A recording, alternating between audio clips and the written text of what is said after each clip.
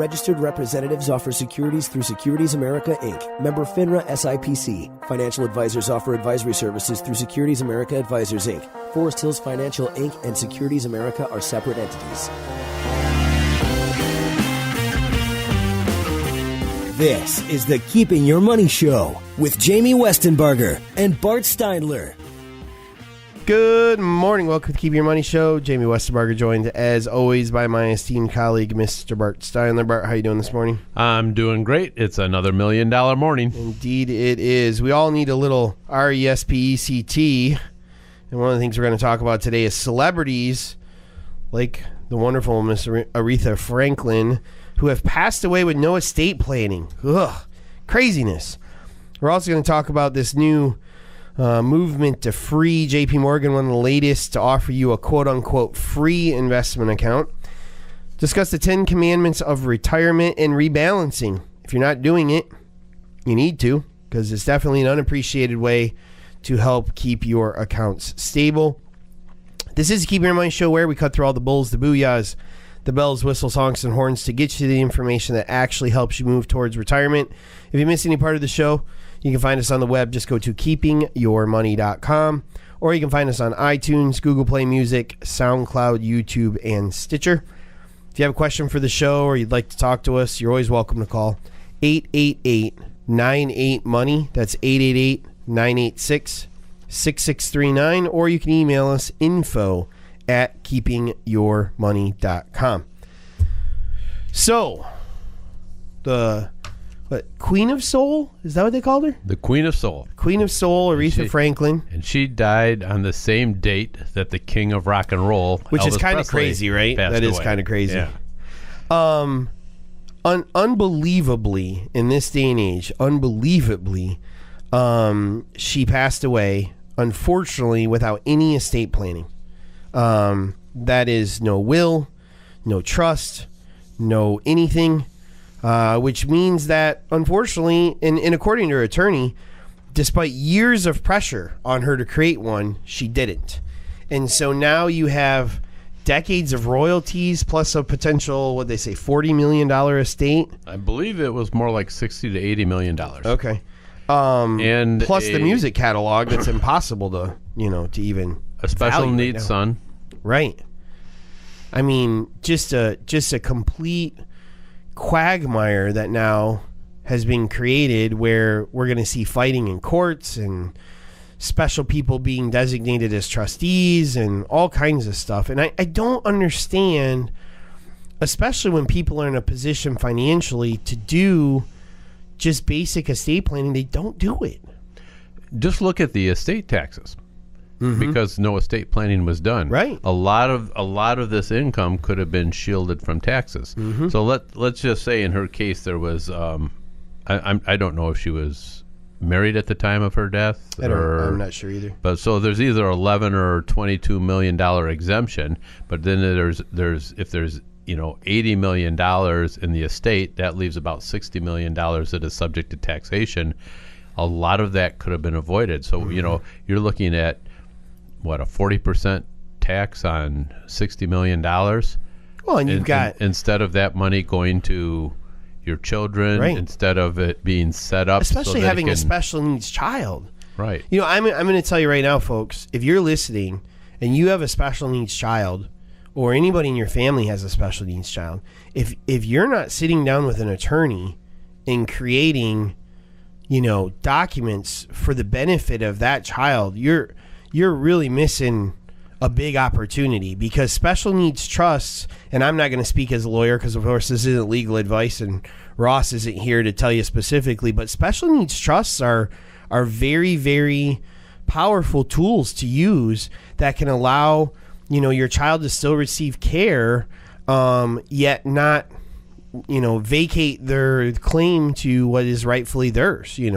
I could see where somebody might be listening to this and saying, well, I don't have anywhere near $80 million, and I don't have a special needs child, so maybe this doesn't apply to me. You're wrong. It applies to you. Because Aretha Franklin's estate was so large, because she had a special needs child, because she had a lot of causes that were important to her that she had the opportunity to give great benefit to, but because of lack of planning, she did not. These doesn't mean that these things do not apply to you, because there are elements of a will or a trust or some type of estate plan that apply to everybody unless you're not going to die. Mm-hmm. Unless you're not going to ever be sick and need someone to make decisions for you. Yep. Unless you're never going to be in a situation where you're not capable of making financial decisions and you're going to need somebody to make those decisions for you. Everybody needs to get this done, and we see way too many people that come in that don't. Now, if you haven't got it done, we're not here to shame you or anything like that. We're just trying to emphasize the importance that this is one of these adult things that you got to get done, you got to get taken care of, and there's too many people in the country that haven't done it. And this article here about Aretha Franklin and about all the other famous people that haven't taken care of this, people that have done great things in this country, people that have been very accomplished in what their fields are. Oh, yeah. But they haven't taken care of this basic adult thing to do. Mm-hmm. And I think there's a aversion to maybe the idea of death. There's an aversion to planning these things out. Some of the people that we found that didn't have them, they were young, so unfortunately sometimes when you're young, you think you're invincible and you don't do these things. But the reality of the pain it costs is very real, and it doesn't have to be, Steve McNair's $20 million estate. Steve McNair, the former quarterback of the Tennessee Titans, his mom lost her house because he didn't have a will, and by Tennessee law, she's not eligible to receive any benefits from him because he was married, right? Right. I'm sure Steve McNair did not want his mom to lose his house, the house that he had bought her. But the flip side of that is you might say, well, I don't have a $20 million estate, but we meet people all the time. You remember the people we met where his mom, his workshop sat on the property that his mom owned. Right. And he used that for work. That's where he worked. He had set up his entire workshop there. And he said, well, when she passes away, it's well known that I'll get the workshop. Well, no, that's not going to work. It's not in writing. If there hasn't been a deed executed to separate that from the rest of the property and those types of things, that stuff doesn't hold up in court. She told me this doesn't work, so it doesn't matter if you have a $50 million estate or a $50,000 estate. I'm sure there's things you want to have happen when you pass away. And if you don't put those legally in writing, they won't happen. I don't think we've ever talked to anybody and when we say to them, what are some of the things that you want to happen with your money when you pass away? Mm-hmm. I don't think we've ever had anybody say, well, I want my children to argue about it, and I want my children to hire lawyers and go to court and fight each other. Right. I never heard anybody say that. And then you look at somebody as renowned and who made such an impact on our lives as Dr. Martin Luther King. And according to this article here, recently his children have started a battle over his Nobel Peace Prize medal and his personal traveling Bible. His daughter wants to keep them, and the sons want to sell them. And they're battling over this in his estate. Okay, and here's another perfect example. You may not have things of that nature that have as much significance to be potentially sold, right? But maybe you have a little cabin up on the Manistee River. Or maybe you have a little cabin on a lake somewhere. Or maybe you have a hunting camp, right? If you don't dictate how those are going to be handled ahead of time, the court will be forced to decide it. And what's going to happen is maybe you have one child, maybe your daughter loved to go fishing with you and she wants to keep that cabin. But she doesn't have the means to keep it if she has to pay off, your other children or her other siblings, right? Or maybe your son really loves the hunting cabin that you went to, so he wants to hold on to that. If you don't dictate in your estate planning how those things get handled, then the court has no choice than to automatically divide those as it sees fit, and it could leave everyone with nothing. So in that particular instance, your daughter might lose the cabin you guys went to and went fishing on the Manistee River because your two sons said, no, we want to sell it. It's of no use to us. Right. So these are the types of things you have to think through. It doesn't have to be a multi-million-dollar decision. It can be something of very little value, but it has very strong personal value, which is important. Right. And there's so many ways to accomplish that. I mean, you could appoint other assets to the children that aren't getting the cabin. Sure. You could put on a little extra life insurance, and the children that don't get the cabin get to benefit from the life insurance.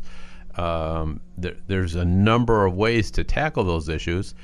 And the other thing is, it's really important that the children realize what the solution is before you pass away, because that's going to lessen the bad feelings and the arguments. And if somebody does have a problem with how it's being divided and you're still living, there's still time to deal with that problem. Right. There's still time to reach a compromise. Well, and keep in mind, sometimes this is avoided because they think there's not a compromise, right? Like maybe the cabin is the only asset, okay? Yep. And so the person who's not doing the estate planning, I've heard this many times, I'm just going to let them figure it out. Well, I mean, I don't want to be mean or rude, but it's kind of the lazy way to do it. You're kind of shirking your responsibility and leaving it to your children to fight over it. The mature thing would be to gather your children together and say, look, here's the deal. Sally has always loved the cabin. The other two, you other two, I know you don't really like it. You never go up there. So what I'm going to do is I'm going to leave Sally the cabin. But if she ever sells it, she's going to have to split those proceeds with the two of you. Now, is that quote unquote fair? Well, it depends on how you look at it. Does everything have to be dollar for dollar fair? No. If you own something that one of your family members will cherish, there's nothing that says you can't leave that to them regardless of the value of it. You don't have to make everything even Steven all the time. Right.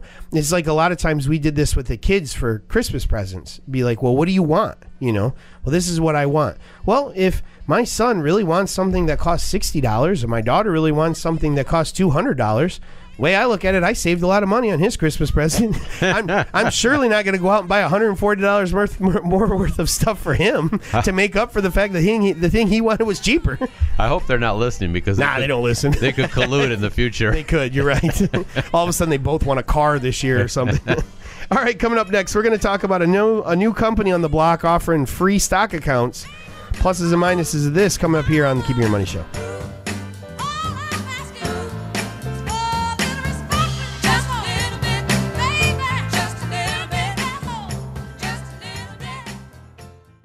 It's never too late to plan for your future, and the Keeping Your Money Show can help. Our team of advisors can answer questions you may have about investing your money. Through Securities America, Inc., our advisors offer a diversified and comprehensive list of quality products and services. Call the Keeping Your Money Show at 1-888-98-MONEY or visit keepingyourmoney.com to schedule your free consultation.